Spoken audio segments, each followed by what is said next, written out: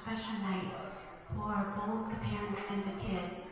So Suko would like to introduce Venerable, take it with you for everyone. And what makes it more special is that she will deliver the Dharma to us both in Vietnamese, and then the second half would be in English. And I truly hope, because I've been friends with Suko and you for more than 8 years already, so she's very knowledgeable, she's very wise, and the Dharma inside of her is numerous. So we are truly, truly lucky to have her here today, especially at Happy Monastery. And I am very happy to be present here today as well to listen to my good friend, her Dharma talk. So I wish that after this Dharma talk, everybody have something, learn something from our great Venerable here, and that you can take it home with you and practice.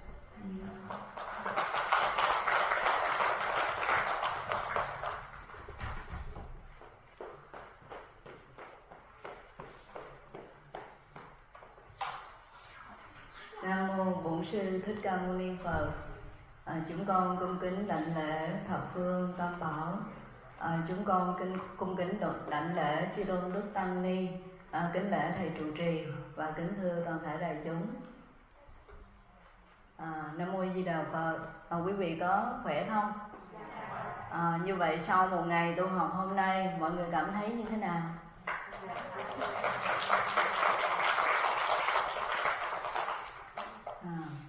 Cảm ơn quý vị rất là nhiều đã trải qua cả một ngày tu tập rất là tinh tấn. Nguyên Hiếu có thể nhìn thấy sự tinh tấn nơi mỗi vị cảm thấy năng lượng hành trì, năng lượng tu tập của đại chúng ta. Và hôm nay đó là cái lần thứ 2 Nguyên Hiếu trở về tu viện hạnh phúc, trở về cùng sinh hoạt với toàn thể đại chúng, quý vị Phật tử, cùng các em nhỏ, cùng các gia đình từ khắp các tiểu bang.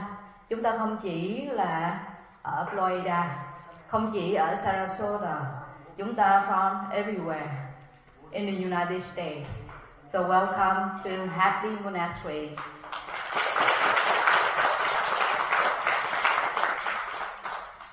It's my honor to be here with you tonight.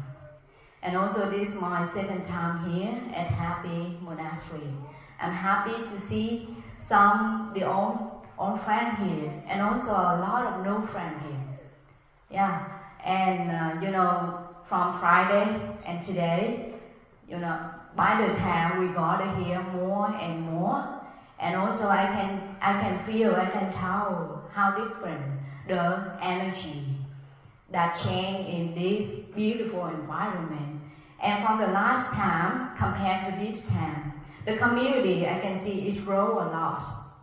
It grow a lot. It means the effort of Venerable Master he put in here a lot too. And also it's through the effort of every of you here, the people that come to the monastery all the time, who support, who help to build the temple. It's more beautiful outside, I can tell, and also it's beautiful inside, in this manhole and in every one of you. Thank you for that beautiful temple. Như vậy đó, trong cái dịp khóa tu mùa đông năm nay, chúng ta có một vài cái sự kiện đi kèm theo, phải không? Không chỉ là có khóa tu của gia đình, mà ngày mai mình có một cái ngày gọi là Enlightenment Day tomorrow. Và đây là những ngày mà mình đi đến cuối năm và mình chuẩn bị sang một năm mới. Như vậy cái dịp mà cuối năm sang một năm mới, đó cũng là cái dịp mình nhìn lại một năm cũ. Mình nhìn lại những gì đã qua, mình nhìn lại những điều mình đã làm được trong năm cũ, và mình nhìn thấy mình nên thay đổi như thế nào để mình có một cái năm mới tốt đẹp hơn. Mình bắt đầu mình hoạch định mình cần làm những cái điều gì, mình cần tu tập thêm những cái điều gì, mình cần thay đổi những cái điều gì để chắc chắn rằng là năm sau mình sẽ vui vẻ hơn, mình hạnh phúc hơn, đời sống tu tập của mình có nhiều tiến bộ hơn. và mình thấy cái con đường tu tập đưa đến gần với lời Phật dạy nhiều hơn, có phải không?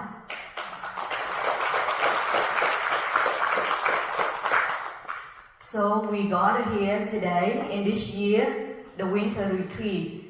We not only to be here to practice 3 and 4 days and that's it. We also have Enlightenment Day tomorrow.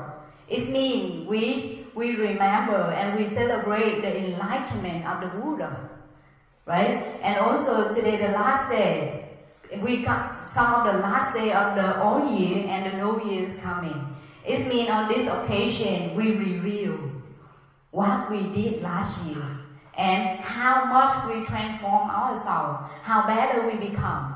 And then in this moment we also think, what should we do for the next year?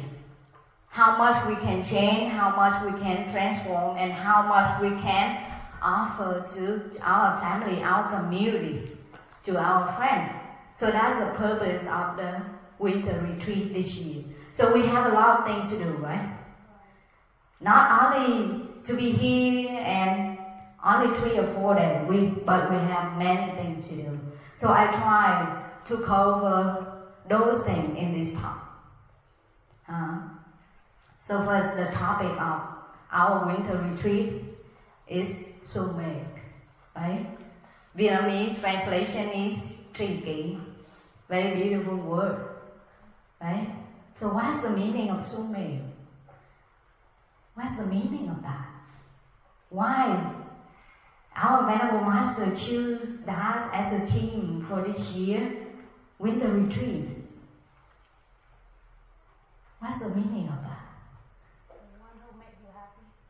Okay, Company that makes you happy. okay, the one who makes you happy, the company that makes you happy, right? Understanding. How about other people? What's the meaning of soulmate?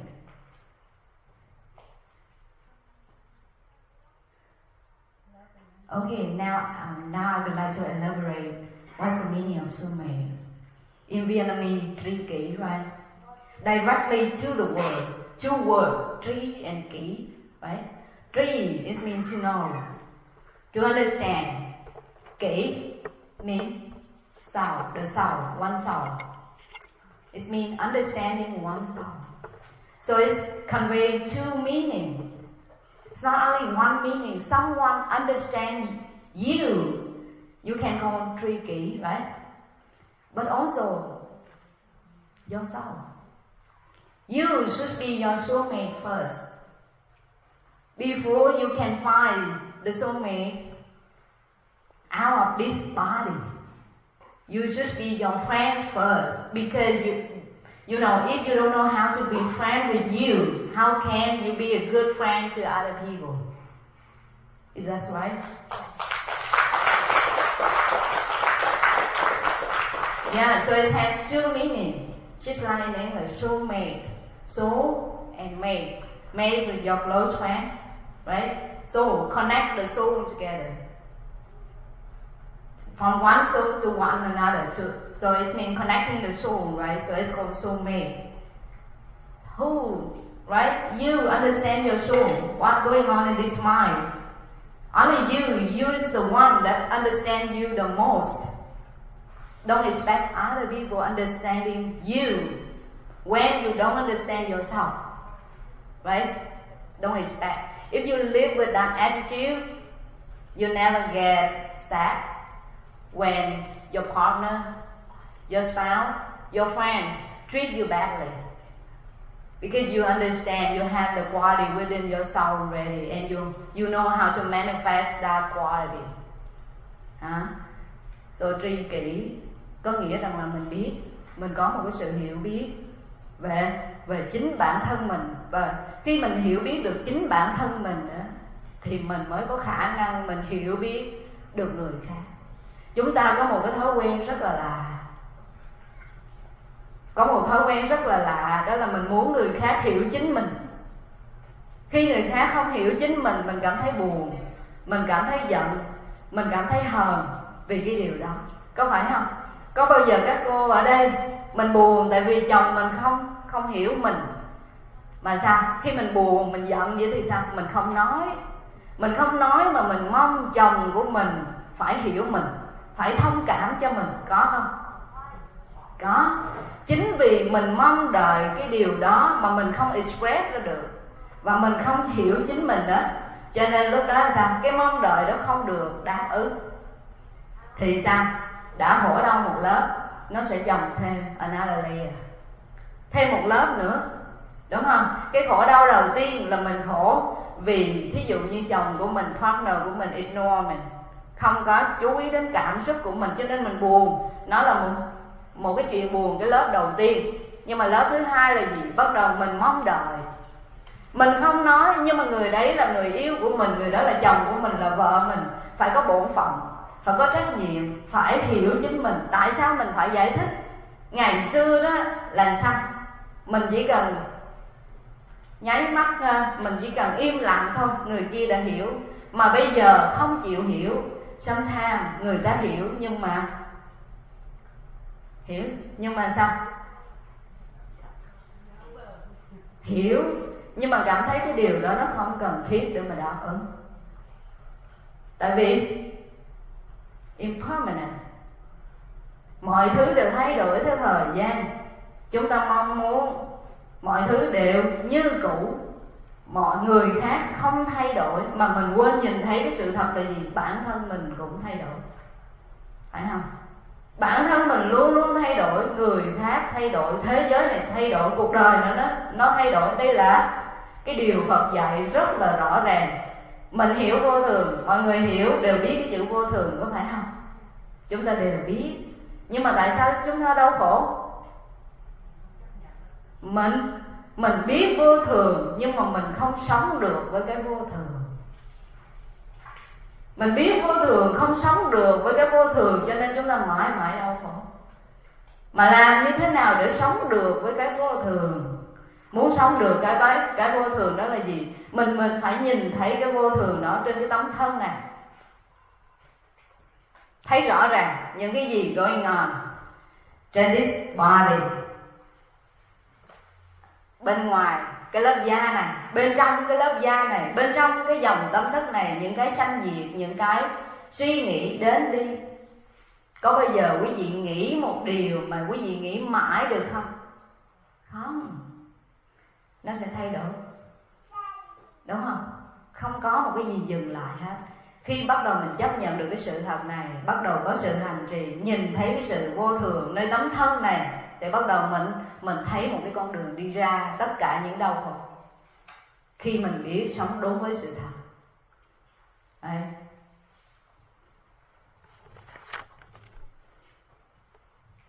Rồi, cho nên á, Nguyên Hy sẽ trở lại cái điều này ở phía sau.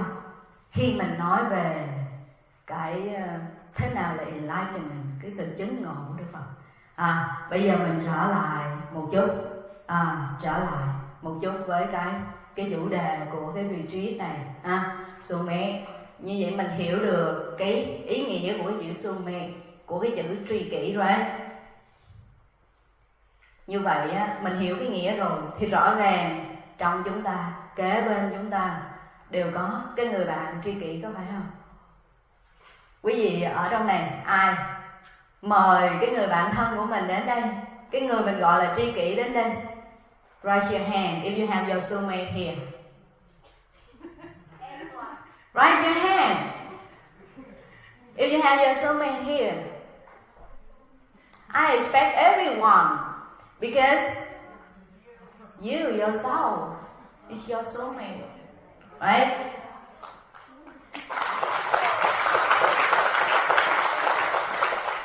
And you have two soulmates if you really bring some other one. I have two. Yeah.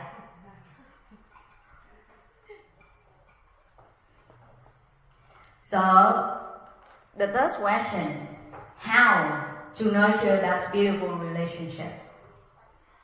Soulmate, that's very beautiful relationship, right? So how do we nurture that relationship? So, we can nurture within ourselves, within our mind, to nurture that soulmate, that yourself. And if someone, not yourself, some of your best friend, your soulmate, how to nurture that relationship. So we're gonna talk about it, okay? So for the friend, your friend, you have some friend and you really cherish. You want that friend will be your lifetime friend.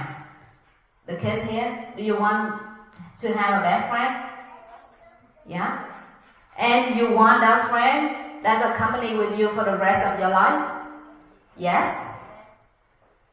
Okay. Anybody, we need some friend. But the first thing, as a Buddhist, how to choose the best friend. How to find your best friend. What are the foundation of that friendship? We need to think about it before you pick your friend. It's very important. Because you know that the friend that you can be hang out for a long time. Đúng không? Là cái người Phật tử đó thì cái người bạn thân đó mình có thể đồng hành trong một thời gian rất là dài và có thể trong suốt cuộc đời của mình đó. Đức Phật gọi là gì? Thiện tri thức. Quý vị nghe chữ này chưa? Thiện tri thức. Trong kinh Tăng Nhất A Hàm có một lần ngài A Nan thưa với Đức Phật, thưa Đức Thế Tôn, con nghĩ rằng mỗi một vị hành giả tu tập đều nương tựa vào bậc thiện tri thức, và bậc thiện tri thức chính là một nửa của đời sống phạm hạnh. Thì lúc đó Đức Phật mới dạy như thế này. Đức Phật mới dạy như thế này, này A Nan, ông nghĩ như thế là sai rồi. Thiện tri thức là toàn bộ của đời sống phạm hạnh. Toàn bộ của đời sống phạm hạnh.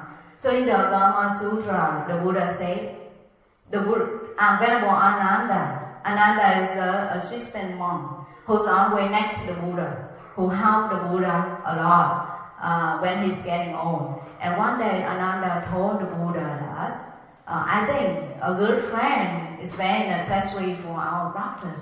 A good friend is the heart of our practitioner life already. But at the time the Buddha said, no, Ananda. A good friend are the whole of your practice, of the practitioner life. That's whole life friend. So you should cherish that friend. So the good friend is very important concept in Buddhist practice.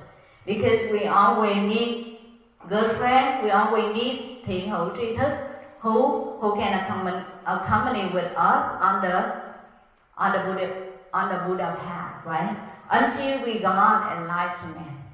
Until we got fully enlightenment, fully liberation. That's the final goal of Buddhism, right? So we always need friends.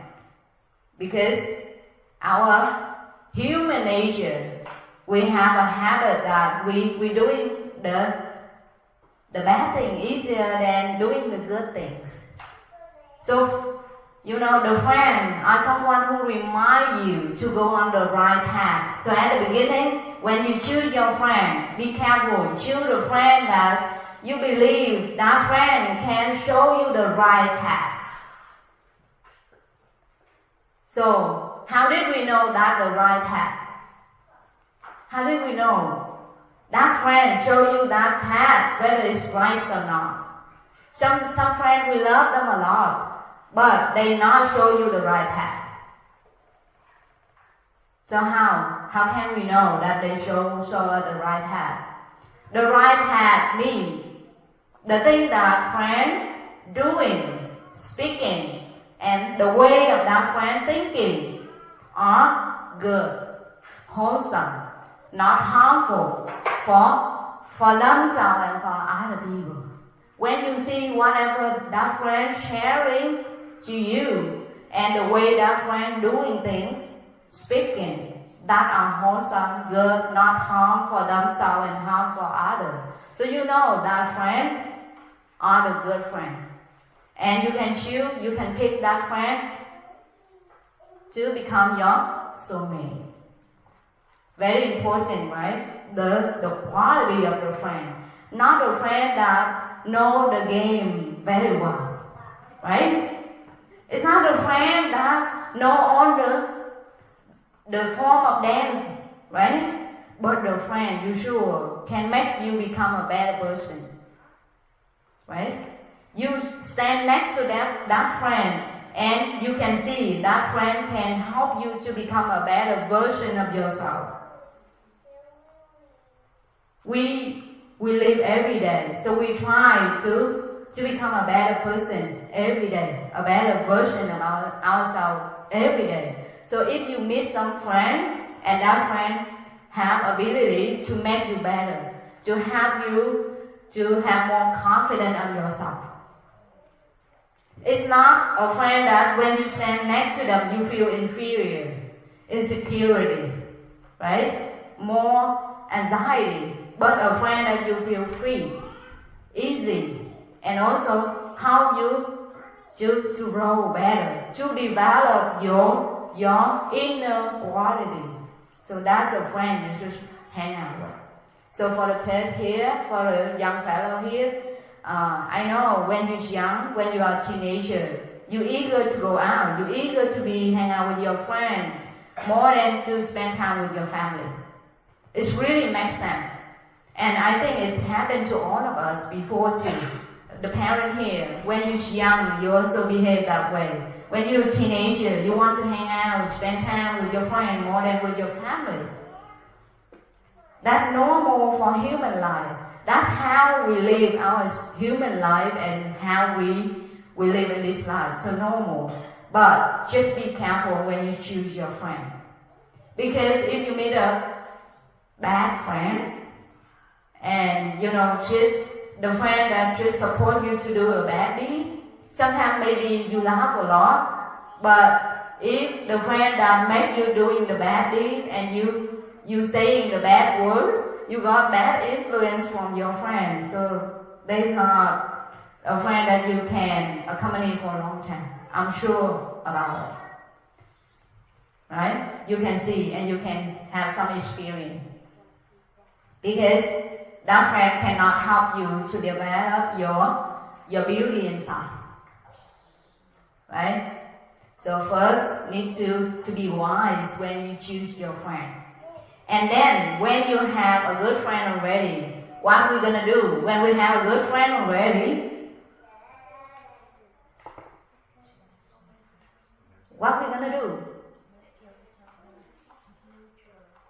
When you have a good friend already, the friend that always cherish you, always support you, always stand by your side, always support you. So what are you gonna do? What are you gonna do? Any relationship needs both ways, right? One-way street lead us to different direction, right? If this one-way street, you only go that, and the other one-way street go the opposite direction, right?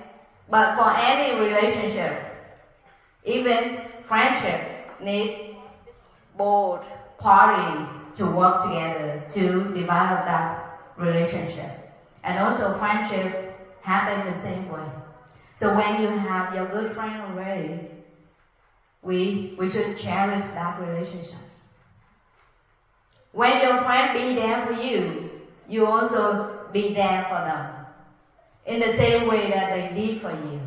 And sometimes, I'm sure, sometimes we unhappy with our friend for some reason, we knowing or not knowing. Sometimes, like, you see your friend not smile at you as normal, and it make yourself hurtful, right? It happens. Even you love that friend a lot, but it still happens.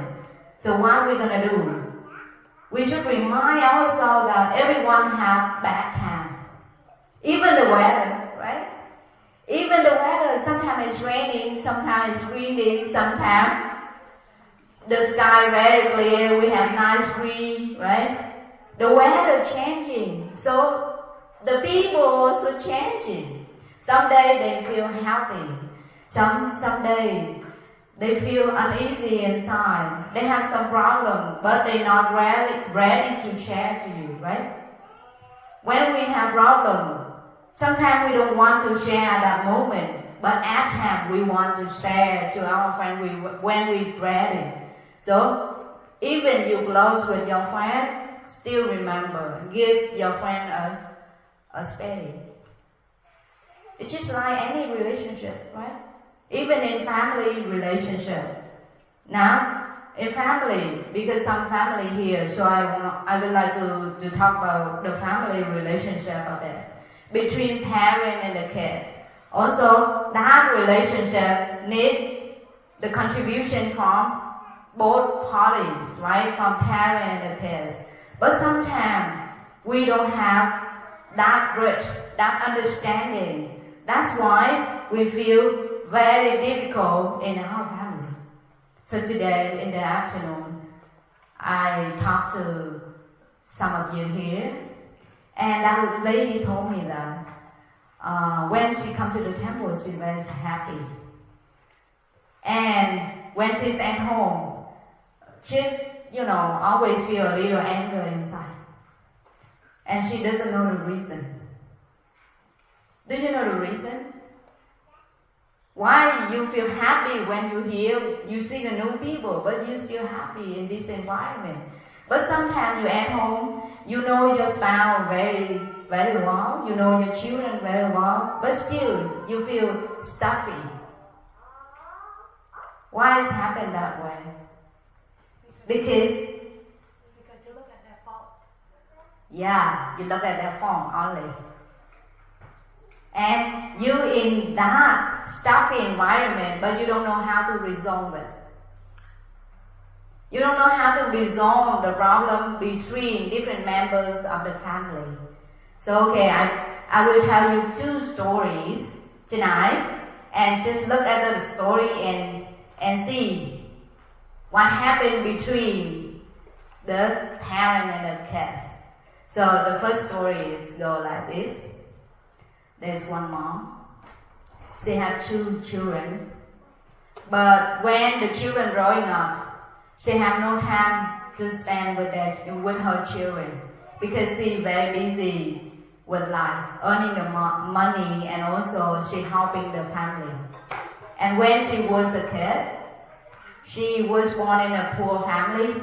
She have a lot of siblings, and she's the eldest daughter. That's why she have to taking care of the family and taking care of the mom. Mom always sick, so she stay at home, sacrifice her life and taking care of the family. She always unhappy when she was a kid. And when she growing up, she got married, had 2 children, and then she doesn't know how to taking care of the children. And she's still waiting the love of her mom. Still waiting the love of her mom. And even she's 70 years old already, she's still waiting for that love. And she still doesn't know how to love her children. So it means she herself is still a kid inside. She's still a kid. Even in real life, she's a mom already. That may happen to our family that way.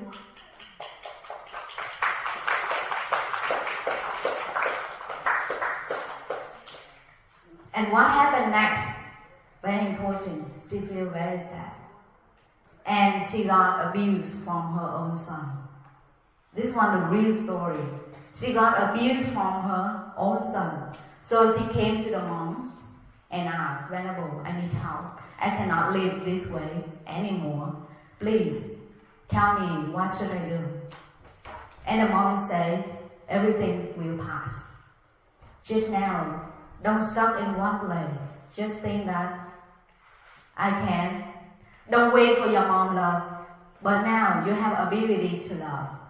You don't need to wait for anybody help. You can offer help to other people.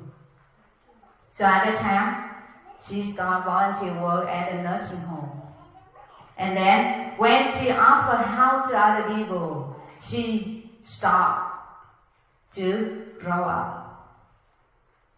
She started to feel that she's a real mom now when she starts taking care of other people. So see, sometimes we just stuck in one place and we just expect something as what we think. But the thing the Buddha say, never trust your thinking. Never trust your thinking because it's subject to change. It change depends on how your spiritual practice grow. So that's the first story about a mom.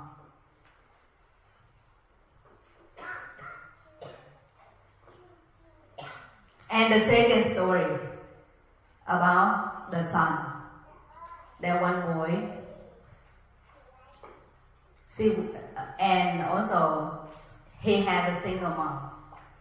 Only mom and him living in the house, and the mom loved him very much. And love in a way that too much attachment. You cannot do this, cannot do that. You have to listen to me. You have to do whatever I want you to do because you're mine. You're my son.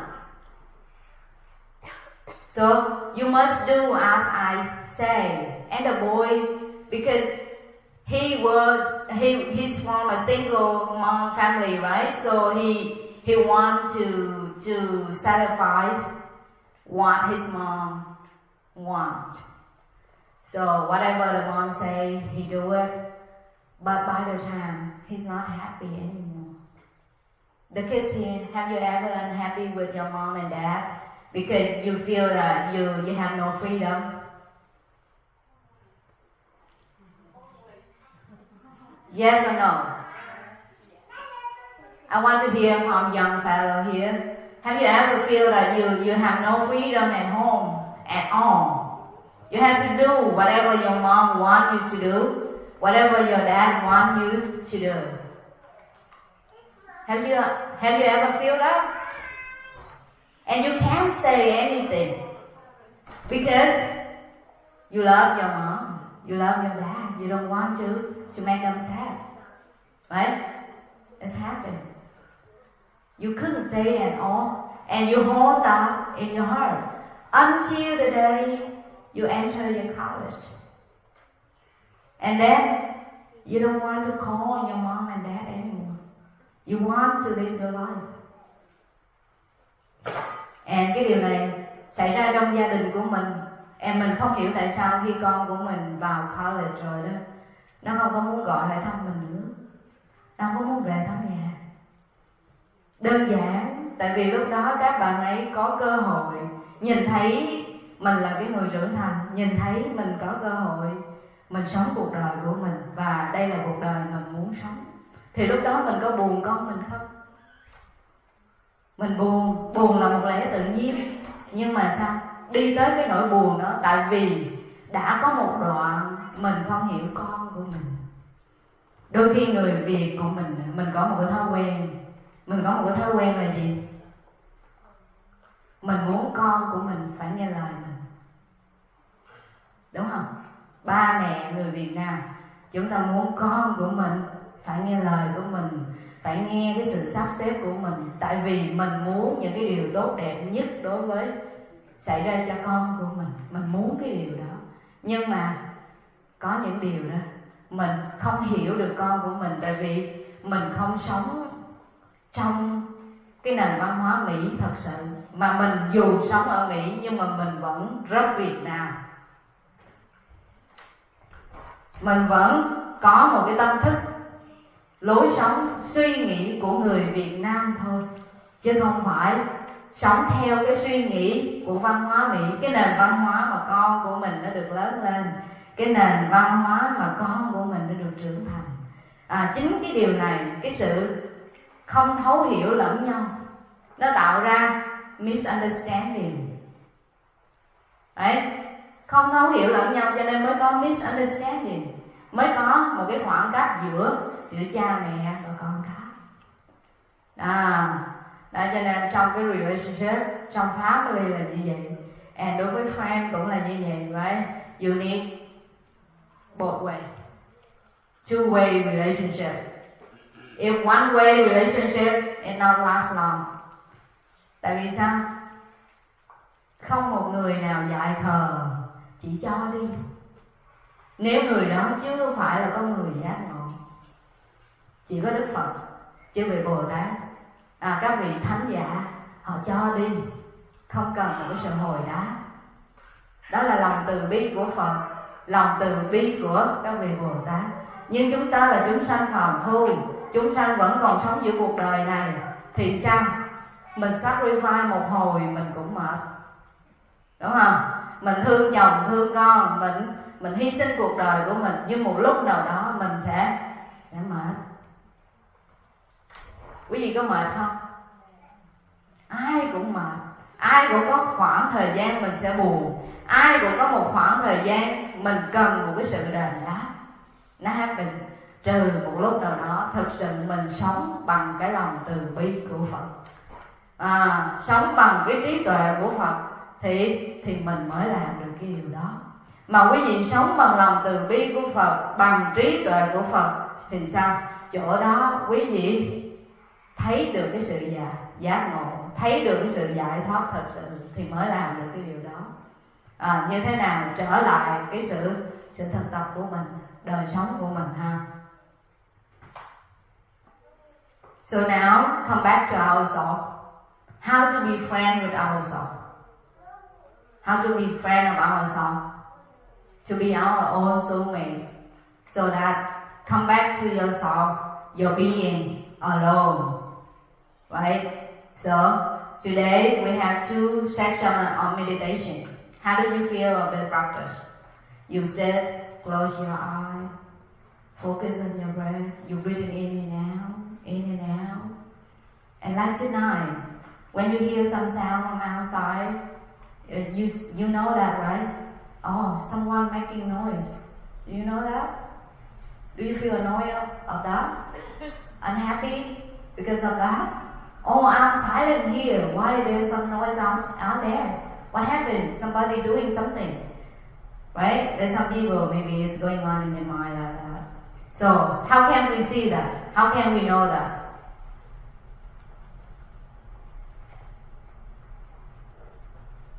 Because when you sit still, you're more quiet. You come back to your soul already. Be mindful already. You see what's going on very clearly. Very clearly. Right? It's coming to your body. It's coming to your mind. In and out. You see very clearly. So every of your sense, the six senses, every part of your body is more sensitive. So you can feel the noise. You can feel the sound from outside. Otherwise, when we in the noise, we don't know the noise. Right? When everyone talking, do you feel annoyed of that? No. When you're talking, the other person also talking. That's fine, completely fine. But when we meditate together, everyone just focus on the breath, breathing in and out. You start to see more. So the purpose of practice is give us the time. We come back to ourselves to see more clearly, see things more clearly. But go deeper in the practice. I hope that you can watch your body more closely.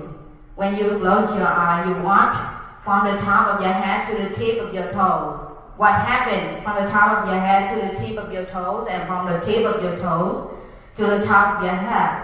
The feeling, the sensation on your body, what happened? Like you feel something in the eyes, you feel something in the nose, something in your chest, something in your leg, something on your hand. Try to feel it and go back again to see how changing of those feelings, those sensations. It keeps changing on the time. So that's the truth of impermanence. It's changing all the time. So you experience the impermanence on your bodily level. It's very clearly. So in order to be friend with yourself, you need to understand yourself. What's the meaning of understand yourself? You understand your body. You understand your mind. You understand what happened in this body, what happened in this mind. It means you understand yourself. Right? You know, we should know what's going on in here when you sit, when you stand, when you walk, when you eat, when you think, when you talk, when you do something, you should know. When you have that ability, it means you have ability to know yourself. If you cannot do it, you never know yourself, no matter how old you are. No matter.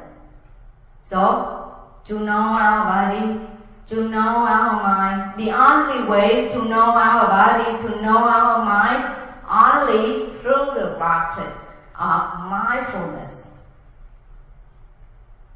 That's why this practice is so important in this retreat and also in your daily life.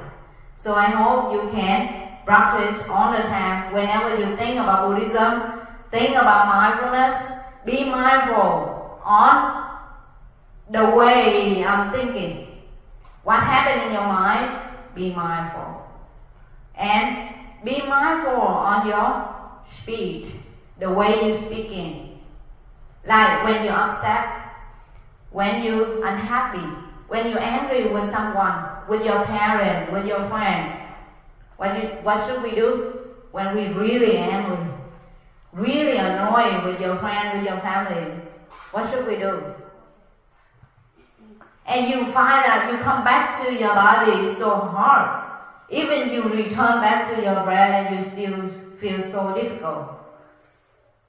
And you want to say something back to the person that makes you sad, makes you unhappy, right? But we cannot do that if we want to continue on the practice. So what should we do? At that time, remain silent. Because you know you cannot stop your thinking. You need to stop from speaking. You need to stop from doing the thing that may hurt other people and hurt your relationship. So okay, stop here, not speaking anything, not doing anything, but spend time watching what's going on in your mind. Why? Why it makes you angry? It makes you unhappy. What happened in here? Yeah.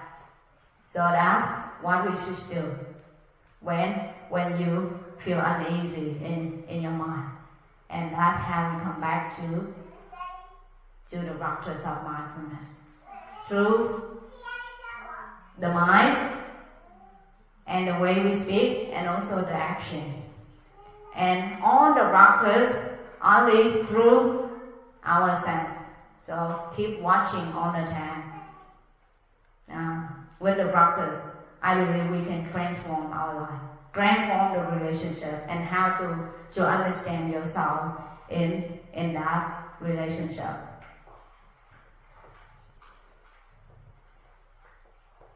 We're unhappy, very easy. And in our life, we try to find happiness. Everyone wants to be happy in this life. We want that. We don't want unhappy things happen.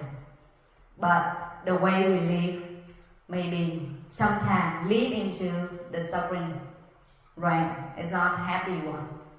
So because we lack of mindfulness, that's why we come into the suffer life. So now, if you have a stronger sense of mindfulness before you speak something, remind yourself whether that thing is the truth or not.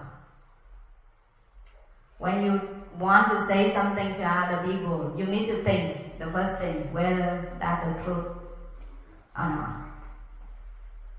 And the second thing, whether it's good to say it out loud or not. If it's not good, even though it's the truth, but it's not a good time to say it, save it. And the third time, whether it's helpful for other people or not. If it's really helpful for yourself, for other people, and then you can speak. So practice, right? What we speak is very important. Some people, because of one saying, but they remember for life. Especially the kids. Sometimes some of your saying, even your parents, they okay with that. But maybe your parents keep thinking about it for a long time. So be careful before you speak, even though you know your parents will forgive you. But they just sat and just in their heart forever because they love you. And they don't know how to change the situation. It's happened to your parent that way. Right?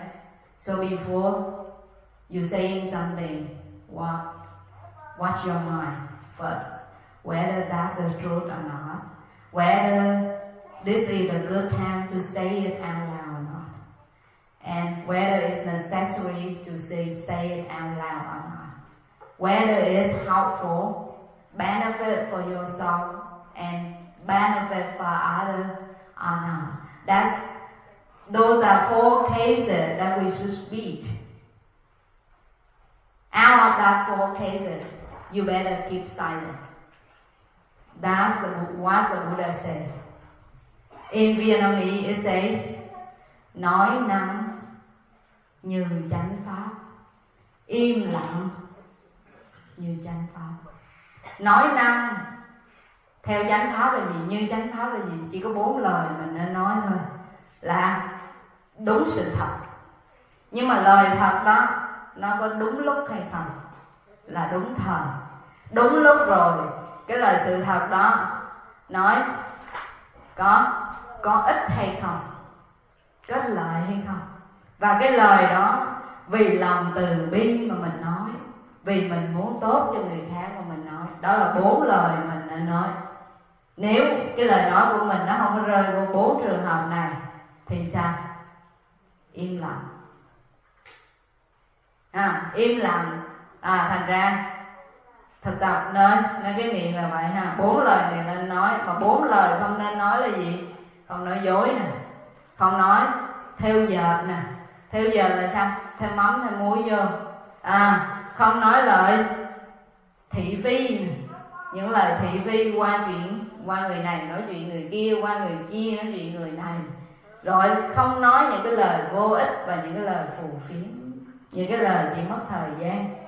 4 cái lời đó không nói. 4 cái lời nên nói. Mà ngoài 4 cái trường hợp nên nói đó là gì? Tốt nhất là giữ im lặng. Cho nên nói trong tinh thần của Pháp. Im lặng theo chánh Pháp là gì? Là meditate. Go back to your mind, go back to your body and watching your mind, watching your body. What's going on in this body? How do you feel, right, in this body? And what happened in your mind? And remind yourself that everything, every sensation on this body and whatever comes into your mind is just subject to change. It changes all the time. And when you live with that truth, and then you have strong, you have power inside. So that power, that ability help you to be happy in this life. So we see, we understand ourselves that way. And then now, how can we understand our mind? What happens to the mind? The more you practice, more mindfulness you have, so you can watch what's going on in your mind. Every thinking, it just comes to your mind, it just pop up to your mind, you watch and you see it very clearly. So keep watching it. Right? So when you spend time with your body, your mind already, you never feel lonely. Now, why we feel lonely? I know some family, you just open the TV all the time. Right? Open the TV even when you're sleeping. Anybody have that habit? You just open your TV whole day because you don't want to be alone. And when you're in the dining hall, sometimes the husband have one iPad the wife have the phone, the kid have his own video game. Everybody just have their own world. And when they eating, but they never talk to one another. Is that happening in your family? Sometimes. Sometimes, right? The kid play video game and sometimes the parents so busy, so give the iPad. You do everything you like, just let me be, right? You do everything you like with the iPad. So it's happened in a family like that. That's why in the monastery, when we have a retreat like this, we should check that we shouldn't use the cell phone all the time, remain on the silent mode all the time. So we spend time with one another, spend time and have that time you can come back to your body and to see what's going on inside its body. So you can be friends with your body, but you not feel lonely at all. Some people, they are addicted to the phone. Without phone, they cannot live. You know, surfing the internet, watching the YouTube, Facebook all the time, even when you're eating, when you're walking. You need something, some sound beside you. You cannot be there alone, just sit and watching the breath, what's coming to your body and the ring and the out breath, right? So it's happened that way. So the practice of mindfulness help us to come back to ourselves, and we have the ability to be alone, and we still happy even though we being alone at a time. So that's the power of Buddha teaching. Is it easy to do that? Do you think it's easy to do that? It's not easy. It's not easy if it's become a habit already, right? In the temple, we can do it like 3 or 4 days, stay away from your iPad, your phone, your video games when you're at the temple. Because you have many people, other people doing that, and you just follow the trend, right? Go with the flow. Everybody do it, so I can do it too. Someone watching me, so I can do it. But when you're going home, whether can you do that at home? No, but I need a promise tonight. At least one day after this retreat, you can do it. One day after this retreat, stay away from your phone, your iPad, your video game when you're having meal together at home. Do it. If you can do it one day, and then try the second day. 1 week, if you can do it 2 to 3 weeks, it become a new habit. So if you want to transform your family life, to make this become a habit after 2 weeks, 3 weeks, the parent, the kid, sit on the dining table together, no phone, no iPad, no TV, you just there with the food, you can talk to one another, sharing what's your happiness, what's your unhappy, the thing that happened at your school. If you can do it, it transforms your family. I believe so. So, will you do it at home? Will you make it a new habit at home?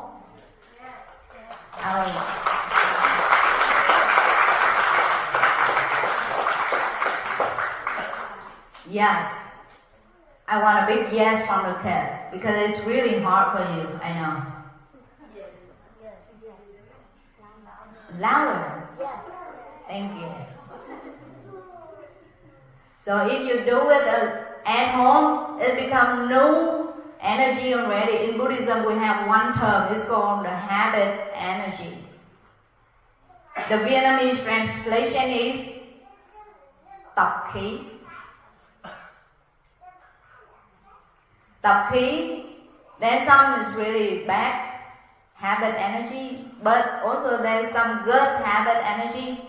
So for practitioner, in order to overcome the bad habit energy, we need to practice the good habit energy before we can eliminate all bad habit energy. Like if you want to be a good person, we all want to be a good person, right? Nobody wants to be a bad person. We want to be good, so it means we have to give up all the bad things, the bad deeds that make us become a bad person, right? Giving up the bad in order to become a good person. But on the way of practice, one day, you're just a good person because you cannot be a bad person anymore. You don't have ability to be bad to other people. So at that time, being good is just your nature. You don't try your best to become a good person, but you just be good because you're good. It's just manifestation of your being, that's it. You don't need to make effort.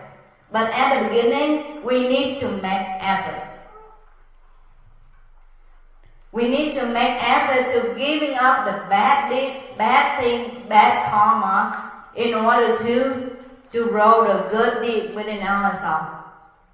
Until the day when you see that you have no ability to be a bad person anymore. Goodness is just something come out very natural from your body and your mind, from deep being. It's just manifestation of your being, that's it. You don't need to try, don't need to make effort. It's just normal. So even someone praise you because you're a good person, it doesn't matter because it's just yourself. So I hope you can have the heart progress on the practice in Buddhist teaching. First, giving up the bad thing, the bad action, the bad way of speaking, bad way of thinking, bad way of doing things, right? And then try to do it good, speak in a good way, and also thinking the good thing only, the positive thing only, no negative thing at all. And then one day you just realize, when you're watching your body and mind and you see only good things happen in your mind. When you think about other people, you think about goodness only. And when you open your mouth, before you speak, you only speak the good thing only. And when you're doing things, you know the thing you're doing is good for yourself and good for others. That's it. And you don't complain, you don't compare yourself to other people at all. Because that's you. That's just you. You don't need to compare yourself to other people. Because when we still compare ourselves to other people, it means we're not good enough. Right? But according to the Buddha teaching, we all good enough. We all complete already within ourselves. You don't need somebody complete you, but you are complete version already.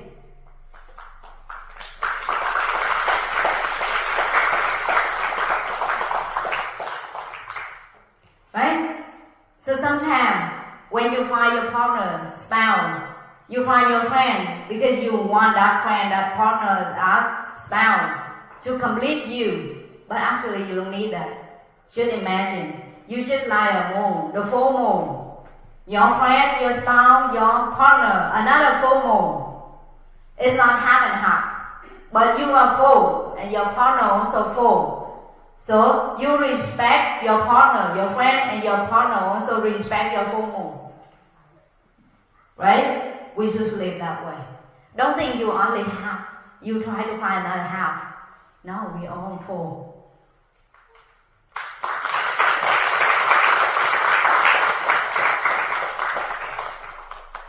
So if we have that attitude, always have that attitude, I believe we feel happiness within ourselves already. We understand ourselves already. So when you're happy inside, you understand yourself already, you can understand other people very easy. because I believe in the goodness of people. I really believe that. And also, if you have that belief, if you have that belief in people and in yourself, you can show the seed of goodness in our community, for sure. Yeah, so the life, it just happened that way. If we have the will to transform ourselves, have the will to understand ourselves, and we have the will to practice and to become a better version of ourselves every single day, and find happiness, peace within ourselves, and then we have the power to share that peace, happiness to other people around us. From the family, to your family, your friend, your schoolmate, or a stranger in the community, your neighborhood. I think we have the power to do that. Can you do that? We can all do that if we start the practice right here and right now. Even a small practice a little bit, day by day, but one day it becomes a very strong habit energy, good habit energy, and it can lead you to the path of fully liberation. The liberation is not come immediately, but it takes time. It takes time. And it depends on how much effort you put on it, and how your will, how strong of your will that you put in it. So the path will longer or shorter. It depends on you. It's not depend on the master. So in the beginning, we all need the teaching from the master. First, we need the teaching from the Buddha, and then from the Sutra. Now we need a teaching from the master.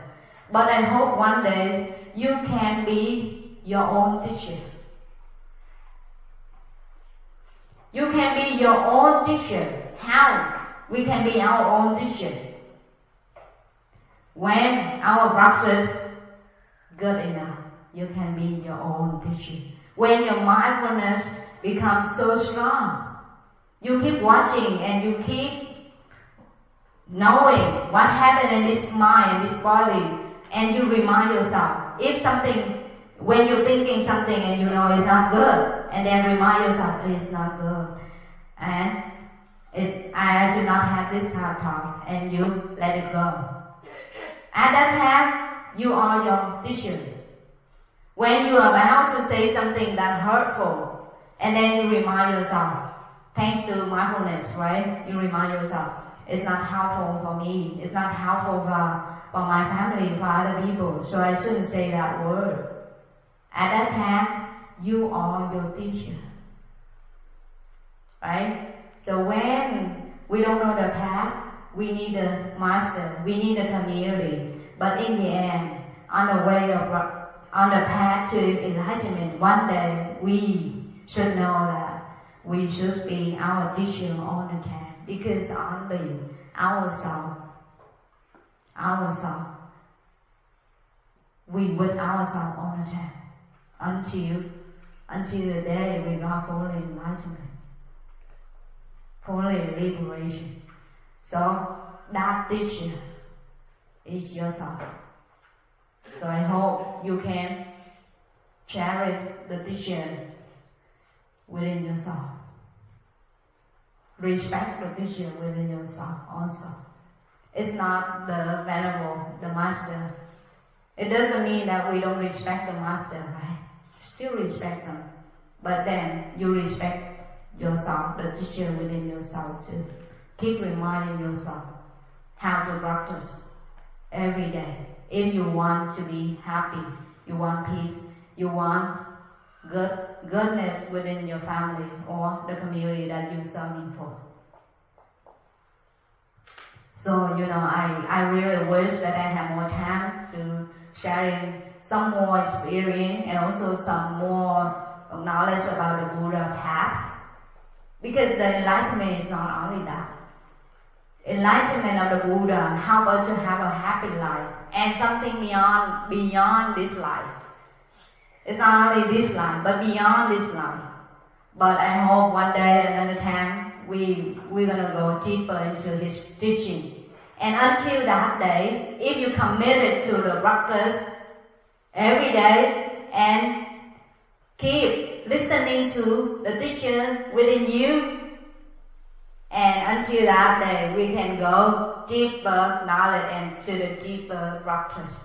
And you can realize more and appreciate more the wisdom of the Buddha. So today I talked to some friend here. I say that if you have difficult thing in life, whatever happened into your life, I believe you can go back to the Buddha teaching and you can find the answer. That's something I really believe and I really do that. Something happened into my life, or the life of the people that I love, or the people that come for my help. I always go back to the Buddha teaching to find the answer.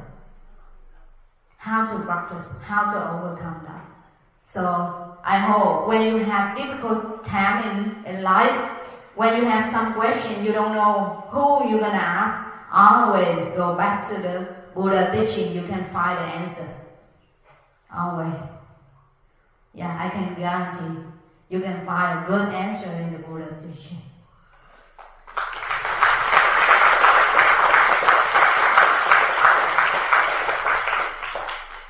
So I think our time is up already. I hope you have wonderful retreat, and I hope your practice become better every single day, and tomorrow, the day after tomorrow, and also after the retreat, you can have more knowledge, more understanding, and you can taste the sweetness of the Dharma. Thank you very much.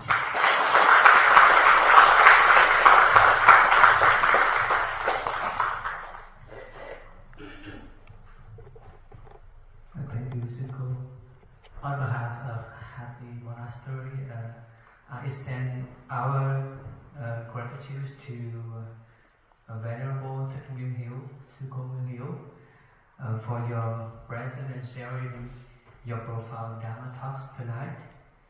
Thank you for your enlightening and inspiring Dharma talk, and your words have deeply touched our hearts and minds, provided us with valuable insight and guidance on our spiritual journey.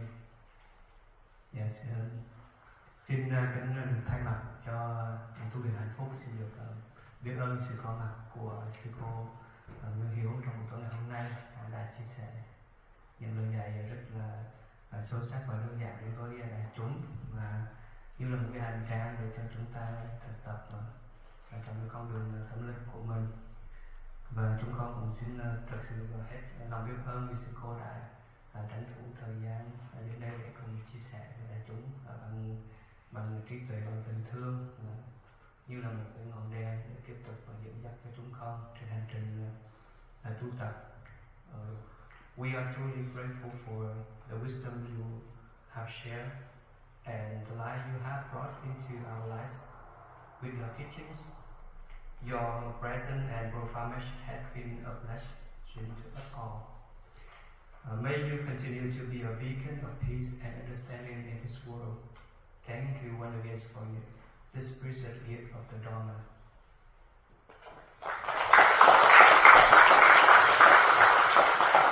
And I also would like to say thank you to the community for taking your time to listen to Suko Dharma talk tonight.